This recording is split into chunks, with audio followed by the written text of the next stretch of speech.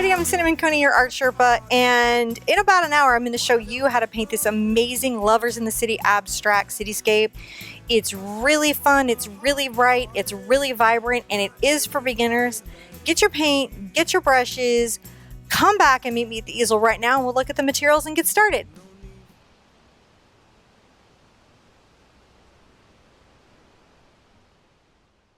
I'm going to prime or get my brush wet, and I'm going to just drag off the extra water. You can always touch that and just make sure that it's a little damp but not too wet. And I'm going to come and get a small amount of the yellow on my brush on the edges of the bristles here over to the white, and you can see it doesn't take very much yellow to get a lot of color going. I'm going to add a little glazing liquid, and I'm going to start coming right down the middle of my canvas, going up and down. Right down the middle, up and down. Get some more right here. I'm going to make sure it's quite bright here in the middle. This is rain, but it's rain. It's almost going through a filter of love and sunlight. So you want to make sure that it's quite bright and very, very dramatic. Here we go. Right there. Oh my goodness, there we are. There we are. Now I'm going to come to the right side, get that white out. I don't want the next color to be too peachy, and I'm going to be blending to the side anyways into it. I'm going to reload the yellow, make it a little of my quinacridone out. You can see I'm working everything just on the edge of my bristles, and I'm not working large amounts of paint together like that. I'm going to come where this seam is still wet and add this wet paint. It's an interesting thing with acrylic paint because it blends wet into wet. So the paint needs to be wet for the blending to work. You can do that with either water or something like the glazing medium that I am inclined to enjoy using. It really is just up to you in your paint practice. I'm going to wipe this off on my paint towel, which is not ever used in my kitchen. I'm going to come over, putting a little yellow on my brush, and get a much stronger projection of quinacridone. Adding a little glazing medium, and coming right here to add this filtration of very dramatic and beautiful sunlight. Now, even though this lower part here is going to be the waterway that the couple is across from, you're definitely going to want to continue these lines down through because water reflects everything that's above it. And even though we're painting this abstractly, we're going to definitely want to leave that space. Now, I'm going to want to rinse out again, and this is sort of critical for this next passage simply because yellow and purple are complementary colors, and sometimes when they're mixed together, they can gray out. So I'm going to take a little of my Dog's Name purple into my quinacridone and pull out more of my glazing liquid. You could just use water. That would be acceptable. And I'm going to just blend this right here. This bridge between my pink space and my purple space is really going to keep these colors bright and exciting. I can get some more purple on my brush. I can even, interestingly enough, get a little white here just to create that streaky rain effect. I'm gonna blend as I go. You can see what I'm trying to do is just keep these lines up and down. I'm allowing the streaks to happen on the canvas because they're really working in my favor. The trick is that I want to try to be as vertical as I can be in the work that I'm doing. I'm just coming to the outside edge here. Have fun and enjoy painting this in. If you go too far into the yellow, you'll find it grays out real quick. I'm going to get some just purple here. And the white's still on the palette over here. And I'm going to bring this side up, darkening this edge just a titch to the outside. This implies this corridor of light in the rain. So this is an example of how you don't have to say a lot to say a lot in a painting. Pulling that up. Now, I have to do the other side. And if I were to leave this purple on here and start that, this would all be very gray and muddy. So what I'm going to do is I'm going to rinse it out really, really well. You can even take a brush to the sink just to make sure that you're freeing clear a pigment that you don't want if you're having trouble with that. I'm going to pull a little of my pure quinacridone over to my yellow again. I'm going to get my blending medium, but again, you can use just water. And you'll see that my glazing medium allowed my yellow to stay just wet enough for a little while to blend. If you need to wipe off the extra paint, you can do that. Now I'm going to pull a little more yellow into my quinacridone. You can see me blending this right here, creating this dramatic glow on the other side. All right, I'm going to keep going, adding more pink, really pinking this up, getting this drama going. Drama on the canvas, not in your life, right? Take a deep breath if you're at all feeling any anxiety. As vertical as you can be to create the effect. I'm going to rinse that yellow out of my brush. I'm going to come bring a little of that Dioxazine purple over to my quinacridone where I don't have yellow. Grab a little white if you need it. And come blend these two seams.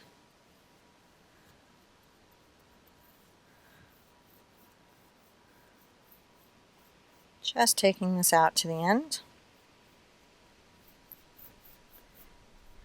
Just taking this out to the end.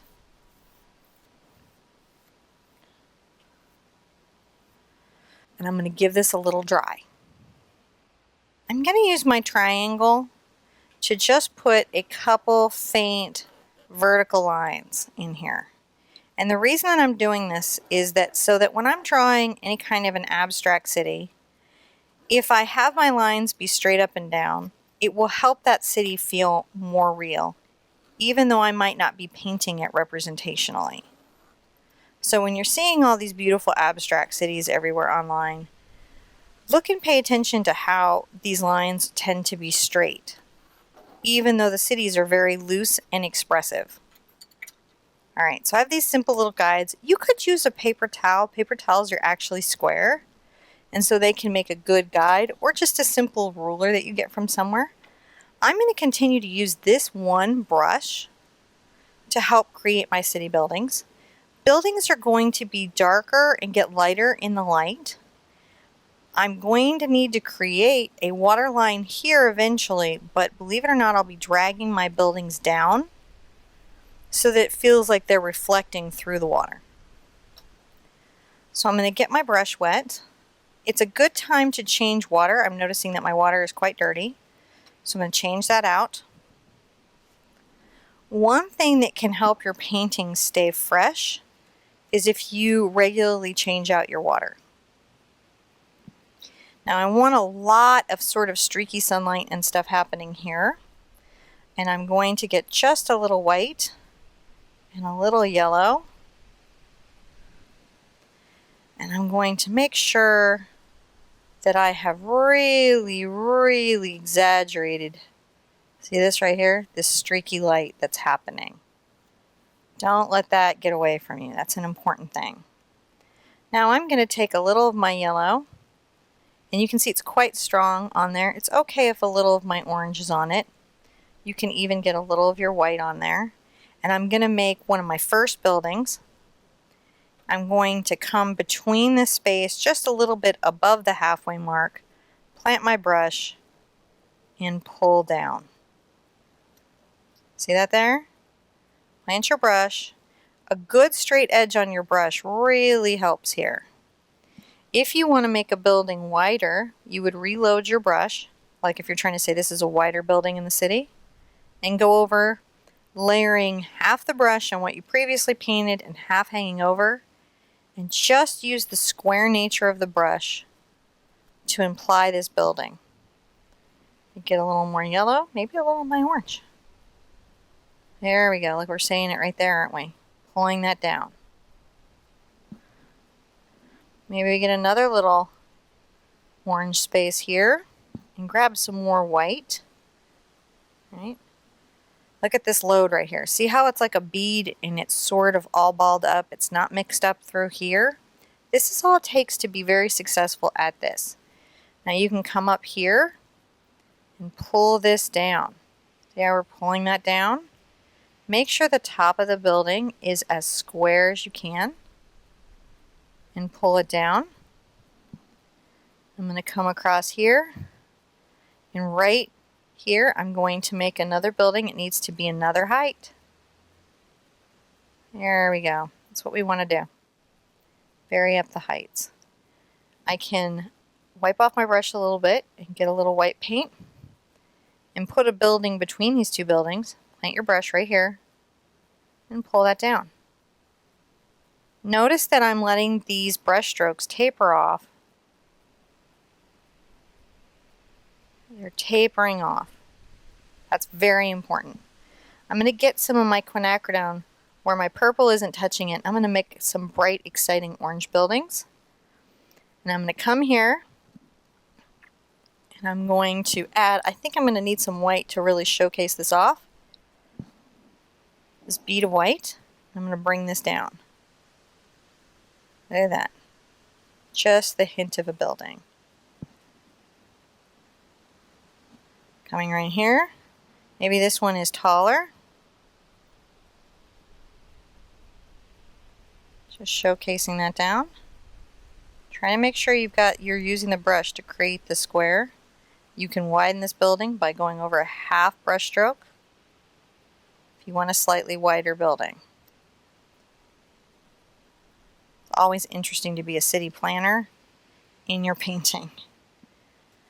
I'm going to rinse out my brush just a little bit. Get a little of my quinacridone and a little of my yellow together again. And let's make some exciting buildings on each side. Let's say between these two, maybe there's this bright building. Shorter and comes down. Just try to drag it straight down so that the reflection will feel true. You can get some white here and come over and make a much taller building. Look at that building. I'm going to get some pink, and I've let some of my purple get on it, and come over here. And I'm going to make a taller, darker building right here. I'm going to make sure that the top of my building is square using my brush. Just pulling this down here. If you're having trouble getting flow, you can actually use the glazing medium. I'm going to load with glazing medium and pull this down. You could get water. You're just trying to create a nice fluid space. I might even add a little bit of a reflection between these two. See, shorter little building right here. I'm going to get some white on my brush, come over. This building can be a little shorter than the ones it's next to. Pulling it down. Get glazing medium if you need it. Get some just pure quinacridone and glazing. Don't work this side too hard because there's going to be a couple back here. And when there's the couple, the thing about that is you're going to paint out a lot of your work. Alright, pulling that down. I'm going to get right into my purple. And I might even pull some white into this. Get my glazing. I'm going to start working my purple buildings. I'm going to come way up here. Right, pull this down.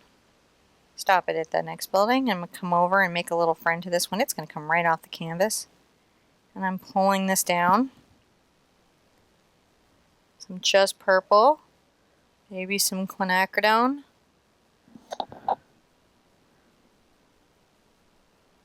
Just keeping this as vertical as I can, and then I'm going to come right here and make a strong purple building coming down.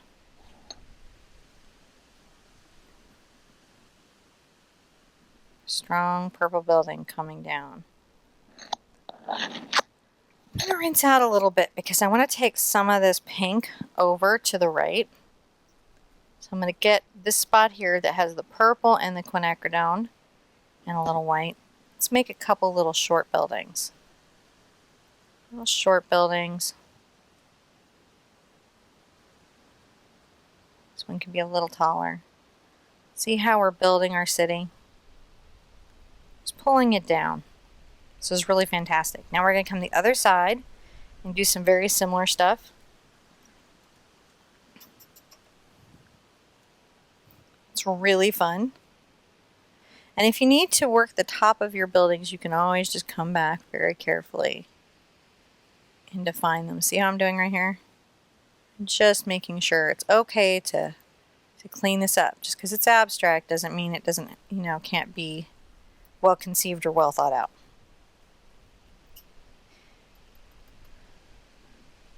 You're going to be amazed at how adding the water line here and the reflection down the center creates a waterway between where this couple is and where the city is. And I love that part. All right. So I'm going to grab a little white and pink, maybe some of my glazing medium. Let's make a tall building. It's faint, it's far away, but it's pulling down. Maybe another little half building right there. See, every time you do the brush stroke, it just implies a separate building. Get a little of your purple, maybe some of this white. This building could be just a little shorter. We're going to pull it down right there. And a half step between these two. That's pretty fun.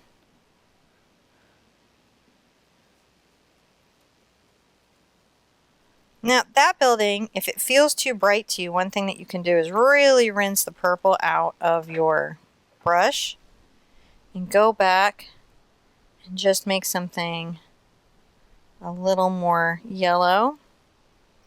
Some white here. Just, fix it. Something ever feels out of balance. Look how easily that fixes. So if you ever see a building that bothers you, see how easy that was to fix? Super easy. This is very easy to fix and repair, change and alter. You can build this city 100 different ways in 100 different colors. Have fun with it. I'm going to pull this down. This is quite dark, you can see. I'm pulling this reflection down. And I think I'm going to grab a little friend between them. A lot of white on that one. But still it makes a little story. Maybe a lot of purple on this one. Just tell your story. Alright, that is gorgeous. Now rinse this out. It's a good time to change your water right now. So let's do that and meet right back at the easel. I notice that I'm really low on my white. And I'm going to want to put this slightly over to the side, basically because I don't want to get it all dirty with the paint I already have, so I have some nice bright white that I can use. I'm still pretty good on my glazing and I'm still pretty good on my yellow, so I think I'm ready to mostly finish this piece. I'm going to start using a number 10 bright. A bright has shorter filaments than a flat and tends to be firmer, is really designed to work really well with acrylic paint. These are synthetic filaments and they don't hold too much water, which is what I personally am looking for as an artist.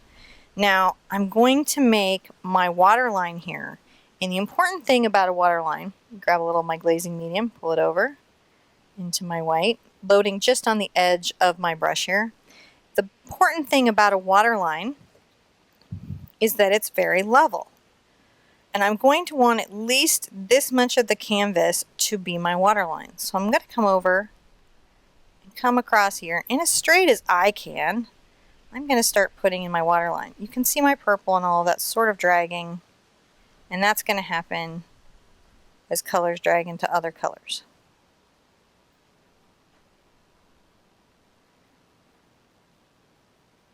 Here I go. All right, that's pretty level. You can use a ruler to really make sure that it's level if you need to. I'm going to get my white, and I'm going to come along my water line, and I'm going to pull down a little of this white reflection. This white is going to help define it as water, and I like the pull down from the cities. I'm trying to continue that very vertical space that I have where the lines are very straight up and down. Let's grab this here and continue doing the same.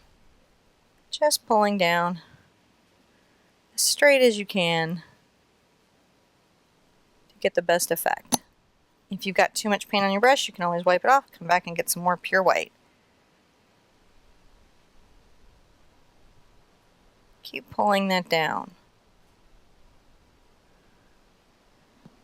And grab some more pure white.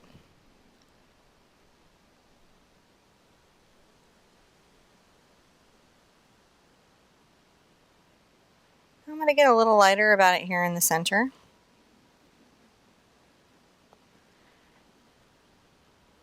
Maybe a little reflection just pulled out. Come across here, a little flat. Pull it down.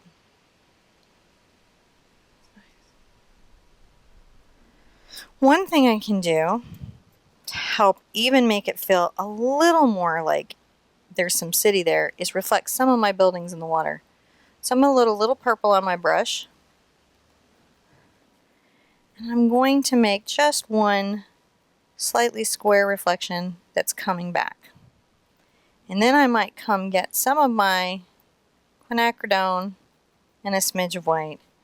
And right here maybe make another kind of square reflection. I think I want it to be more quinacridone. That's coming back. So wipe that off and get just your quinacridone if you need it. There we go, put that back in. Not too much, just a little bit of a story here. Just reflecting what is happening. But you don't want to take your nice blending away. You can even come and add one of these over here. You feel it needs it. Just something that gives some shape to the water. Rinse your brush out very well. And you're going to want to make sure this center part is quite dry. I'm going to get a little of my yellow and a lot of my white. And I'm going to start putting in my water reflection that comes right from this center part of the city and reflects out into the bay. Alright, so coming back and forth, going to continue just to pull this light in. I don't want to paint out everything underneath it, and I want to keep these lines as horizontal as I can, and I'm going to widen them out as I approach the front of the picture plane. Grabbing a little white. See how they're getting wider?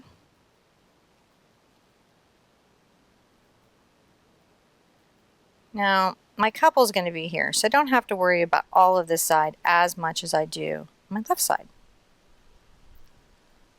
I want my design on my left side to be pleasing and make me happy.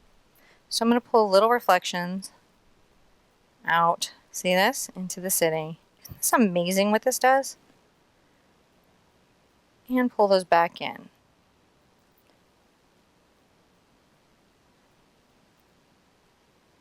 Now I'm going to rinse out my brush. Less is more here. I'm going to grab a lot of white. And I'm going to come right here, just dabbing these high bits of white. Just dabbing them in. And you're probably, again, feeling like, wow, this is pretty special as it is. And maybe you're thinking of just hanging a city painting. And just so you know, that is okay. It's okay to even go back and say, I'm not really a purple and pink and orange fan. I might like the city in this other set of colors. And that's also okay. Alright. I'm going to wipe off my brush and I'm going to create a high reflection along my city line real fast. dry everything, and then paint in my couple. Just put a little fine line along the waterway, along the top of just the white. You can see how this really helps define the space between the city above the water and the water. I think we've done a really good job, and this piece is ready for the couple, but to put the couple in, we're definitely going to have to dry it.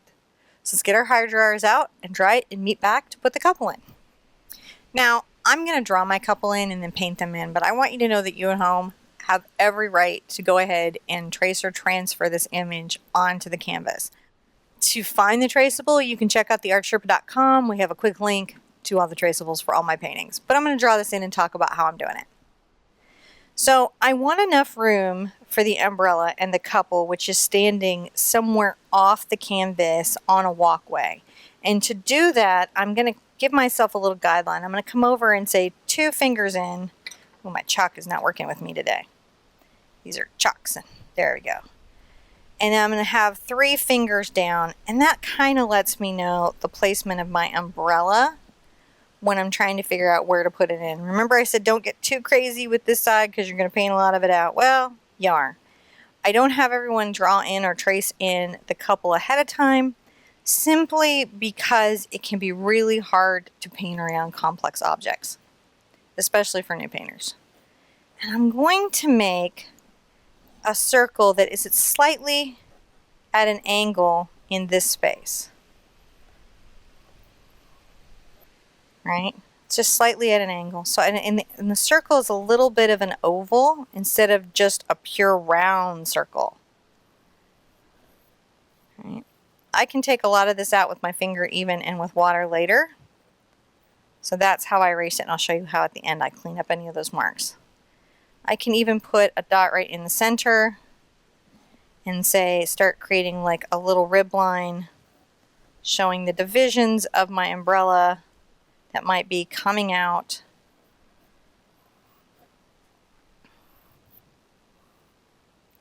Right around my couple that has met for this romantic day.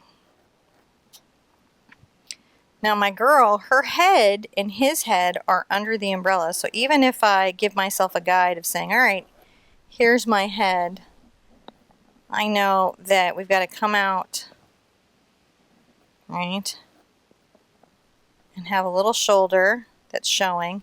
And I always kind of draw that by a little ball. Sort of lets me know where stuff is happening. And then her little back curves in for this kiss. And right just above the waterway, her back stops. And then there's this gorgeous dress which flows out. She clearly got this Fashion Week or something. And so she's feeling pretty fabulous for this incredible date. I think it's important to have your stories in your art so that you know what you're talking about. I'm going to give her a little bust line here and a nice little waistline. And the skirt's going to come quite forward, which is going to help me define where the gentleman is in this space. Now, when we're sketching her in, I really like the arm going up and the hand flaring out because it shows a lot of emotion about what we can't see under the umbrella. But you could also wrap her arm around his waist to give yourself a slightly easier time if you're trying to freehand it in. Now he's taller, and her arm is going to come up here. So I like to sketch her arm up so I know the angle that her arm is at. Helps me place his shoulder. Right? There we go. My little chalk pencil working hard today. I always know how long to make arms because I imagine a fulcrum to the waist. So now there's his shoulder that he is resting on. She's resting her elbow on. And his back comes off here. His jacket flares out. And his pants go off to the side. And I'm always just trying to find his waist and his space. Because where his waist is where his elbow bends at and comes down to her back, which defines where his hand will be when we go to sketch that in. So I'm going to put a thumb here and say that his fingers are bent around behind her. This allows for his head to be tucked behind her arm. And I'm going to show you a trick on how I paint in the hand. But I'm going to start blocking in these figures. And that'll help you see where they're placed in this world. I am going to grab a number 4 bright, because this is a nice small bright. It's going to give me a lot of control over what I'm going to do. And now I'm going to put out the other colors for the rest of the painting, which is, I think I'm going to do the Cad Red Light. I think it'll be brighter. But you could do Cad Red Medium, you could do Peril Red, you could do any bright orangey red that you really love. The umbrella just needs to pop against the background. And you can use hue if you really, really like cadmium like I do. You can use hue. That'll save you money, and it has no cadmium pigment in it. If you're doing student paints, that's just universally true. I'm going to put out a little phthalo blue. And also some Mars Black.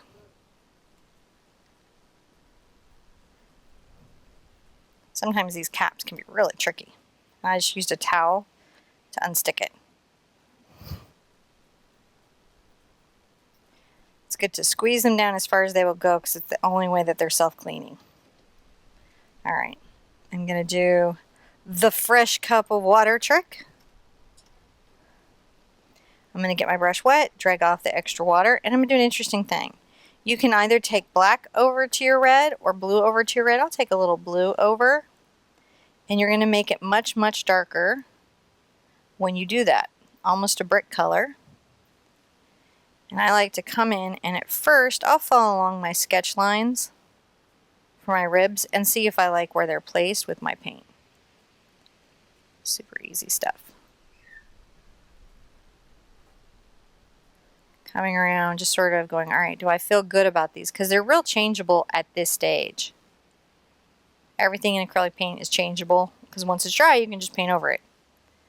So once I have this rib thought out and this rib thought out, then I can arc in my umbrella, sketching it in with paint. I love sketching things in with paint. So, you know, this is a good time to check the shape. Am I happy with the shape? Do I want to make it bigger any place? Change the arc of the openings.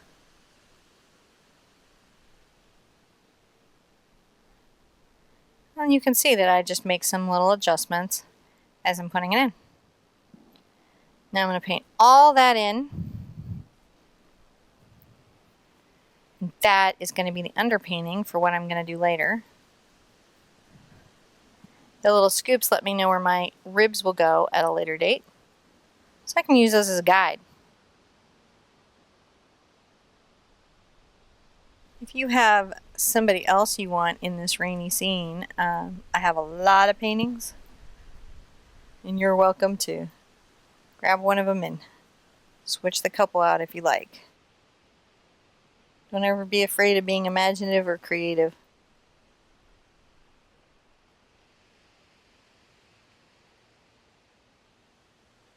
Alright, I'm liking my umbrella shape. You can do a number 1 or a number 2 bright. Either one. You just want to have a little bit of control over what you paint. And I'm going to make a little skin tone. And how I'm going to do that is I'm going to take a little yellow over and a smidge of quinacridone. And I make kind of an orangey pink peach color. I want it to be more to the pink than to the orange for this. And then I can add a lot of white to it. So what you want is that when it has a lot of white in it, it feels, well, actually, there's lots of different skin tones you make any one you like. This is just how you make this one. Alright. So I'm going to paint in that shoulder with my flesh tone here. If you'd like more information on mixing skin colors and flesh tone in hair, you can check out the Big Art Quest. A lot of stuff on that. Alright, I'm going to make sure that her arm is slender. I'm going to taper it to her wrist.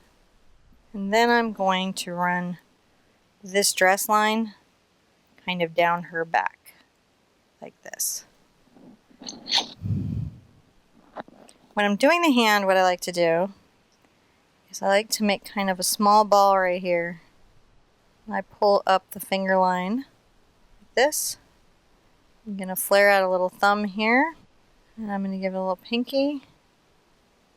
I like to keep the fingers sort of tapered and expressive, and I'll come back with shading to really define them. If you feel any part of this is just overpainted, you can always go back with the background color, which in this case is orange, and kind of pull this back in. See how I'm doing that? Now, I'm going to go back to my number 4. I'm going to kind of work in his jacket, which is a little of the black and a little of the blue. I'm going to make a very, very cool gray.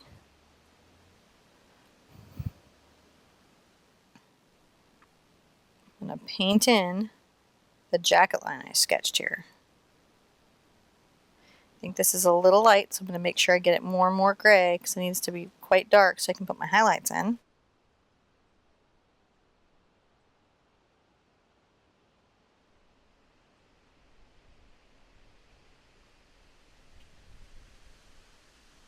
Now the shoulder I'm going to define in just a second along with the arm. I'm going to paint this very dark under here, be in shadow. Even though we're going to be putting that tie in, I've got to make sure that this is not particularly highlighted. I might add a little more white to this mix, just so that when I put my arm in, I can really clearly see how it's defined differently than the space around it. Just painting that all in. Rinse that out.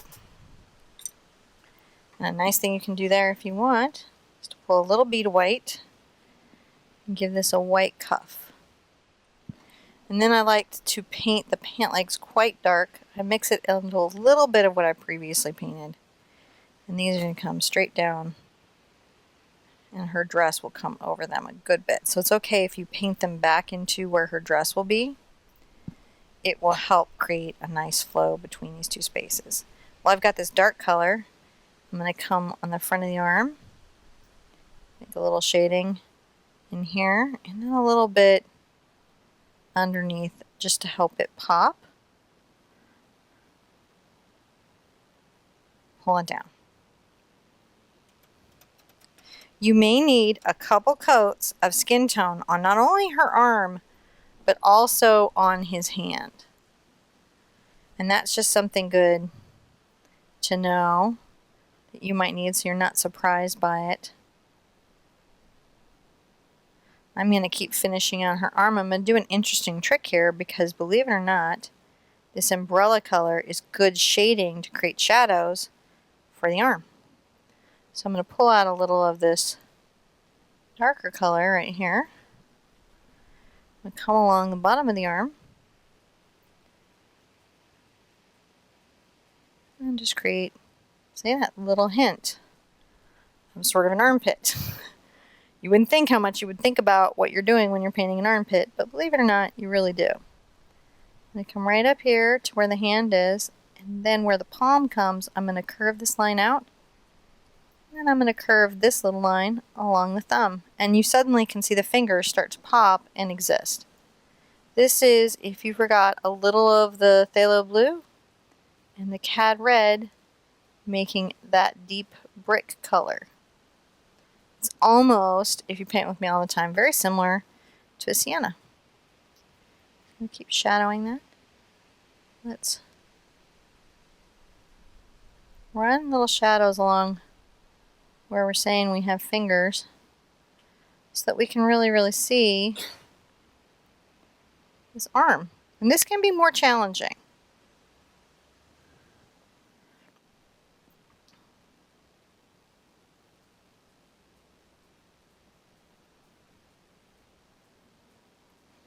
Remember, you can go back and forth and define this as you go.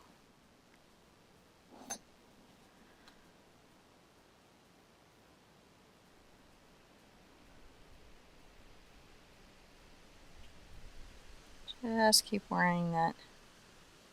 And if it gets overwhelming, you can always take the arm and tuck it back behind her bow.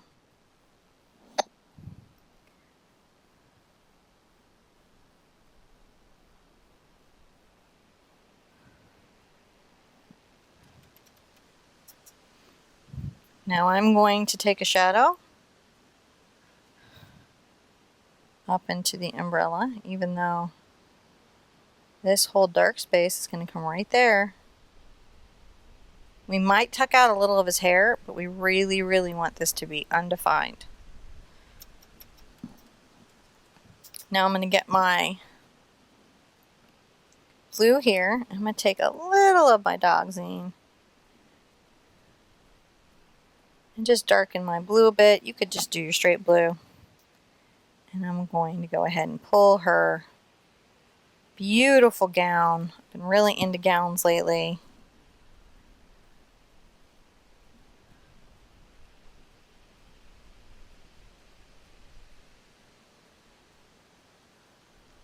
Right. Off the canvas. I'm leaving the space where I'm going to be painting in his hand. Just pulling this paint expressively off.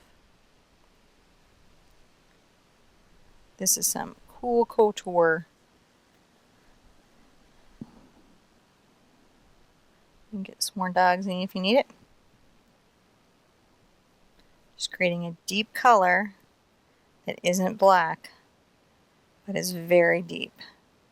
Painting out all the canvas underneath it. Again, if you're painting an economy paint, you might have to do a couple coats. My only thing about that is just know that that's okay. That's normal for that kind of paint, and you haven't done anything wrong. It's just the paint. It just takes a couple coats. Dry with a hairdryer. Paint that second coat. You'll be there. Okay. So I'm going to come up her body. Oh, something is happening here. See how this paint is creeping up my brush? I really don't want that. So I'm going to offload it, wipe my brush on a towel, and reload that.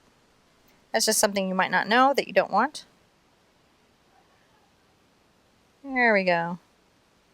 Just pulling, working the edge of my brush, pulling this over. You can do this.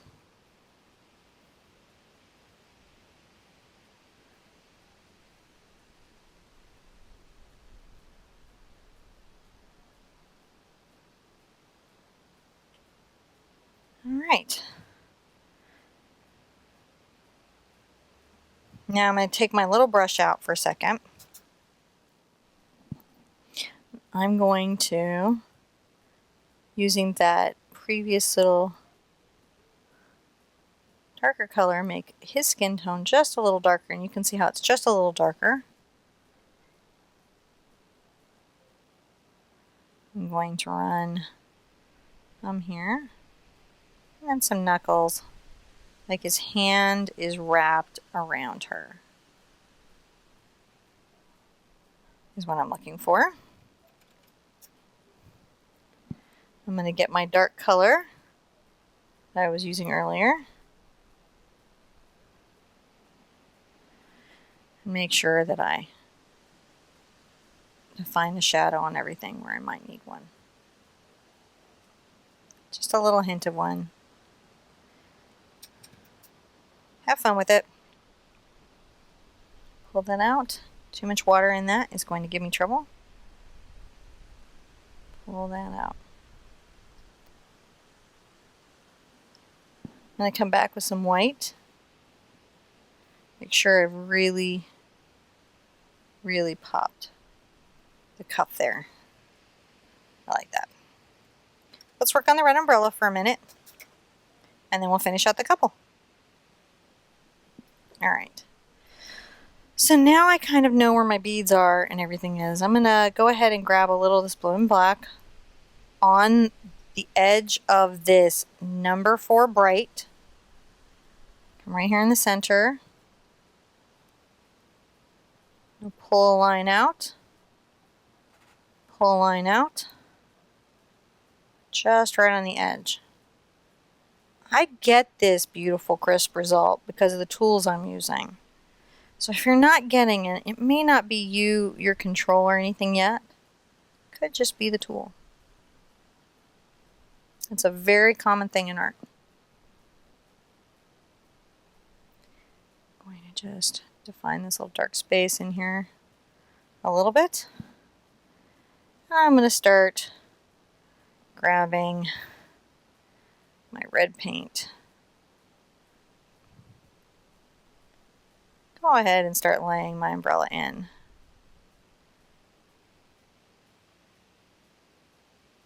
I'm letting a lot of what's underneath show through. This is called a dry brush.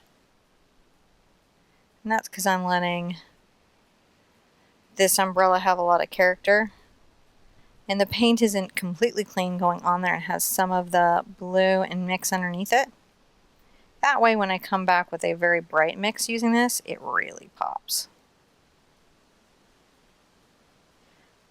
Just painting in this shape so it has a beautiful shape. And I want it to really show against the background.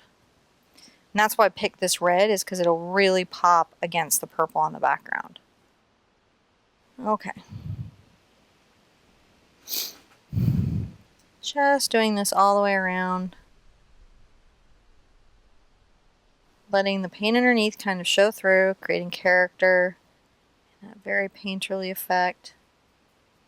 And again, the good thing about this is you don't want to be too resolved and too tight because this is an abstract. Well, I would say actually this is more abstracted. If you were to say this were an abstract, everything would be non-representational and be able to tell what anything is. But this painting is abstracted, which means I'm talking more about the emotions of things than the factual reality of things. There we go. There we are. Just adding a little more pops of red, you can see, to the umbrella, just to help it be way more exciting. Bright color. And then I'm going to do something interesting. Come over to your yellow. A very, very clean brush. Got a little crazy there. Get some just pure red. Some just pure yellow.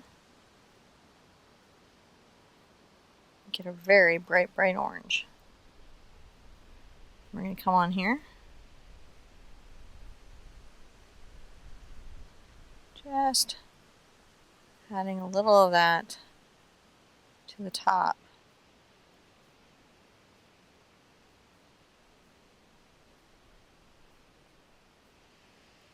You want it to be orange more than yellow because it wants to blend with the umbrella behind it. So this is more orange than yellow. And as I pull it in, it blends in. And I want it to be just a pop color. I want it to be subtle. There we go. Look at that. Just a little bit of a conversation there. Now I'm going to work on his suit a little bit. I'm going to take a little of my blue and my black. It's going to be a little more to the blue than black this time, and a little white. And I'm going to come off the outside of his suit jacket and just pull a little line in. And then also, still need a little more gray than what it is though. A little more gray. It's a hard color, fine, but when you find it, it's super helpful. There we go.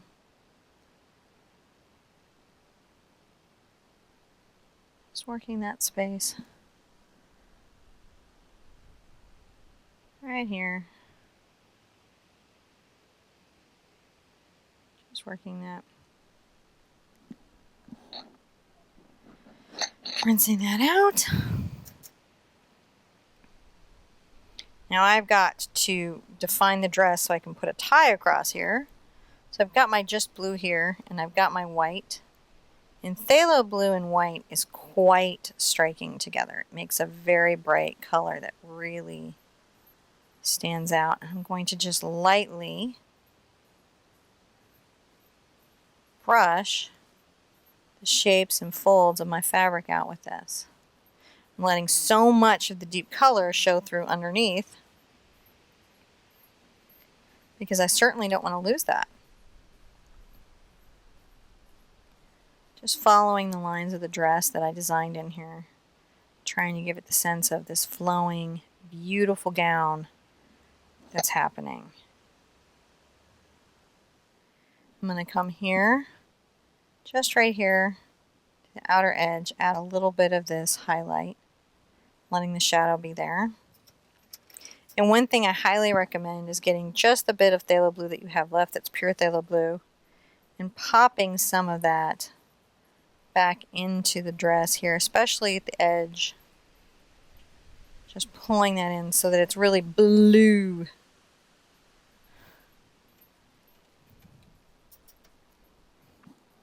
Anywhere you want to add anything on your skin tones, add a little highlight right here. Anything that you're like, oh, it just needs a little balance, or I want to see this, you can do that anytime. Any time to give it more personality, more character. Right? You can come back and add more of your gray.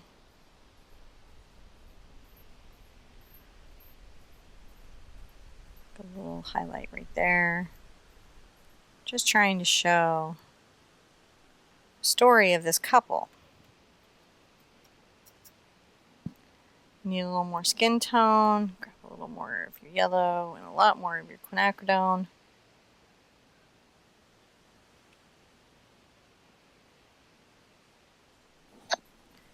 Just make sure that that is well defined.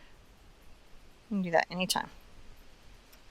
Now, we need to do the hair coming off here and a little bit of his hair. And I'm going to switch down to a smaller brush. I can't paint the tine to the end because the tie blows over the hair. So this is the time that I have to do that. And one of the things that I can do is I can come here and add just a smidge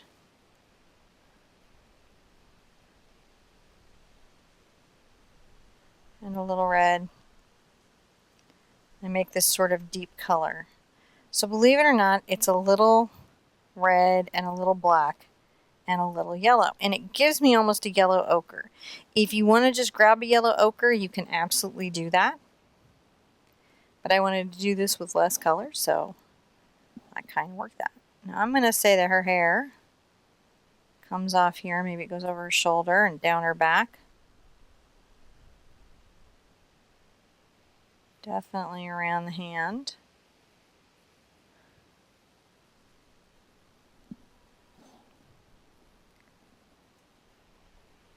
I'm going to flow some back here. When I'm doing light hair, I always want to make sure that I have a deep value that's almost neutral underneath it.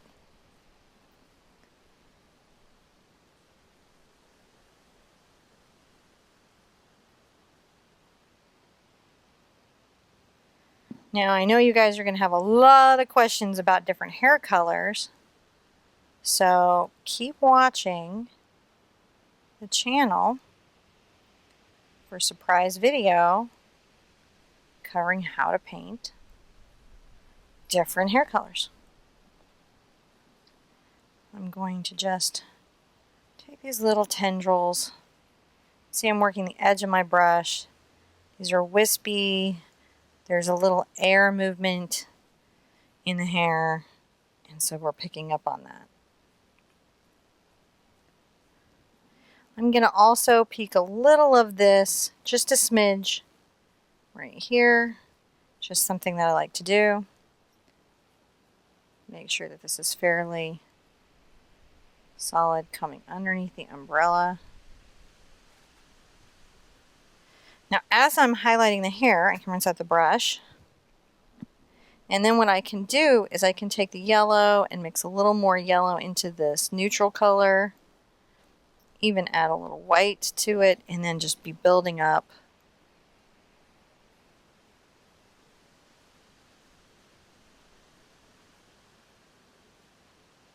I don't want to use pure cad because it will read too bright.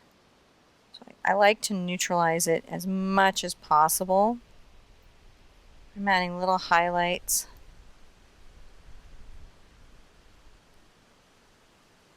Making sure tendrils have shapes, tones, and shadows. That really helps.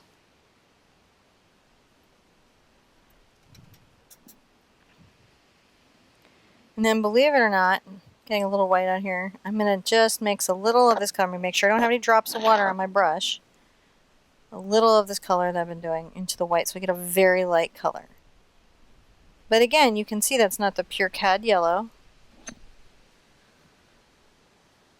I'm going to come here and just add bits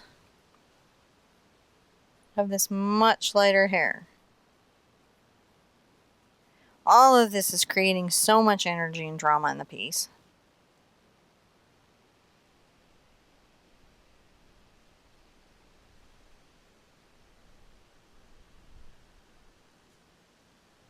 All of this. Just creating so much energy. Put a little gold there. It's a weird thing I like to use in art, put weird colors places. Why do I do that? It makes me happy. Now we know we're going to have to put the tie, but one thing that we can do that's interesting is I can take a little of my yellow and a little of my white just on the edge of my brush here and make a bit of a highlight, a little more yellow than that. Like the light, whatever they're in, is reflecting. It's a very light highlight. You don't have to do it, but I just like to put a little bit on the front here, like the world is happening on them.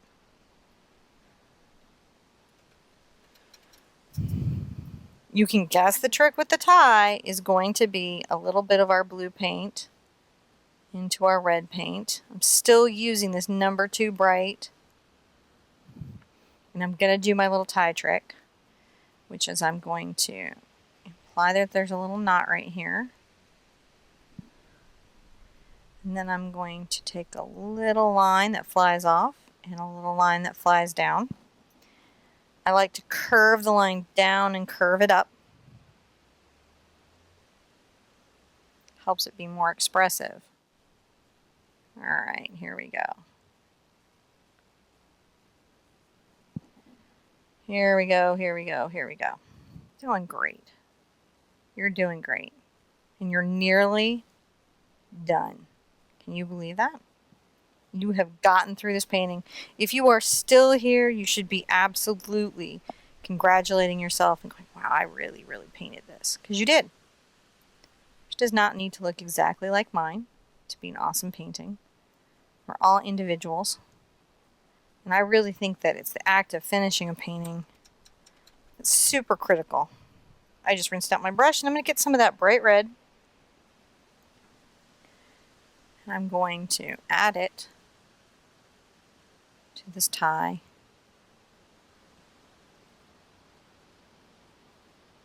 Telling the story. Aren't they amazing? Oh, I'm so pleased with them. Are you pleased with them? I'm pleased with them. I think we can sign it. So I like to sign this piece. I'm actually going to, I don't usually sign in red, but I'm going to sign in red because I think it will actually add to the piece. It's an interesting place. I'm going to use the line of her skirt today to define my signature. I love doing these kinds of paintings. Hopefully you're kind of impressed at what you could do. Thank you for joining me today. Thank you for being a part of this. This was a really fun painting to share with you. I hope you're having a great week. I hope you're taking care of yourself and making time for creativity. Be good to yourself, be good to each other, and I want to see you at the easel really soon. Bye-bye.